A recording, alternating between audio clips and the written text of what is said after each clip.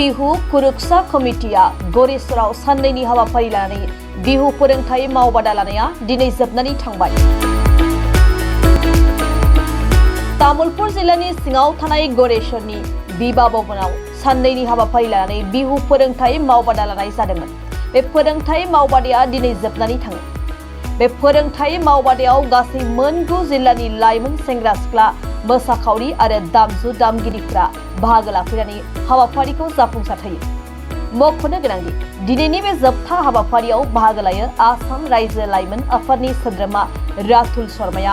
बिथाङा बाहागो लानानै बिहु मोसानाय फोरोंथाय मावबादायाव बाहागो लाफैनाय साफ्रोमबो मोसाखावरि आरो दामजु दामगिरिफोरनिसिम साबायखर बावो।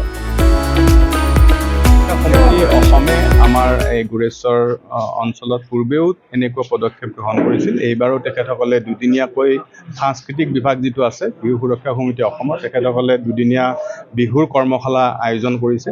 ইয়াত 9খন জিলাই অংশগ্ৰহণ কৰিছে আৰু এই 9খন জিলাৰ বিহুৱতী আৰু ঢুলীয়াসকলৰ মাজত যি প্ৰশিক্ষণৰ কাৰ্যসূচী সেয়া আজি অন্তিম দিন আৰু অন্তিম দিনৰ মুকলি সভাত উপস্থিত থাকি মই নথৈ আনন্দিত হৈছোঁ আৰু অত্যন্ত ভাল এইকাৰণে লাগিছে যে বিহু সুৰক্ষা সমিতি অসমে সুন্দৰভাৱে আমাৰ যুৱক যুৱতীসকলৰ মাজত আমাৰ বাপতিসাহোন বিহুটিৰ বিষয়ে তেওঁলোকক আৰু অধিক আগ্ৰহী হোৱাৰ কাৰণে এখন প্লেটফৰ্ম দিছে আৰু তাত তেওঁলোকে কোনো ধৰণৰ খুটি নাটি নোহোৱাকৈ যাতে বিহুটিক সুন্দৰভাৱে উপস্থাপন কৰিব পাৰে তাৰ এক প্ৰয়াস কৰিছে। এই প্ৰয়াসৰ জৰিয়তে অহা সময়ছোৱাত বিহুৰ জৰিয়তে বিহুৰ কৃষ্টি সংস্কৃতি ৰক্ষাৰ উপৰি বিহুৰ জৰিয়তে এইসকল যুৱক যুৱতীৰ সংস্থাপনৰ বিষয়েও তেখেতসকলে চিন্তা চৰ্চা কৰিছে। এই ক্ষেত্ৰত তেখেতসকলে অসম চৰকাৰৰ তৰফৰ পৰা সঁহাৰি বিচাৰিছে। মাননীয় মুখ্যমন্ত্ৰী মহোদয়ে এই ক্ষেত্ৰত ইতিমধ্যে বিহুক আগুৱাই লৈ যোৱাৰ কাৰণে বিহুক বিশ্বৰ দৰবাৰত প্ৰতিষ্ঠা কৰাৰ কাৰণেও তেখেতে পদক্ষেপ গ্ৰহণ কৰিছে আৰু অহা সময়ছোৱাতো ইয়াৰ আৰু অধিক সবল স্থিতিত উপনীত কৰোৱাৰ ক্ষেত্ৰত মাননীয় মুখ্যমন্ত্ৰী মহোদয়ে পদক্ষেপ গ্ৰহণ কৰিব। মই অসম বিহু সুৰক্ষা সমিতি অসমৰ সমূহ বিষয়ববীয়াক অন্তৰৰ নিভৃত কোণৰ পৰা ধন্যবাদ আৰু কৃতজ্ঞতা জ্ঞাপন কৰিছোঁ। नोंथांमोना गोब्राब नाजासेयावबो जेरावबो जाफुंसारनो हायाखै नामा? जानांदों नामा गुबुन गुबुन रोखोमनि जेंनाजों मोगा-मोगि? जुदि जेरावबो जाफुंसाराखैब्ला आरो बायदि जेंनाजों मोगा-मोगि जानांदों, अब्ला बेफोरनिफ्राय जेंना बोस्रांनायनि राहाखौ लादो। मायांनिफ्राय सोलोंथाय लानाय मुंदांखा तान्त्रिक आरबाज कबिराजआ नोंथांमोननि बेफोर जेंनाखौ बोस्रांनानै होगोन।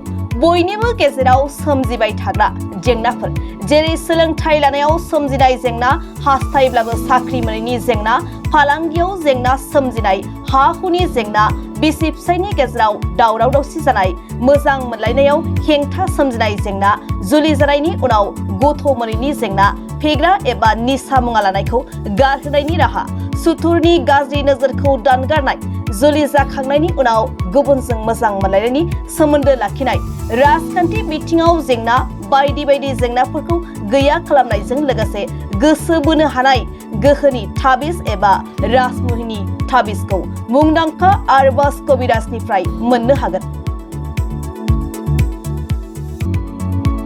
अब्ला मानोथो गोबाव खालामनो? नोंथांनि जेंनाखौ गैया खालामनो थाखाय 7908887945 मबाइल नम्बराव फोनांजाब खालामदो आरो आरबाज कबिराजनिफ्राय सुबुरुन लादो।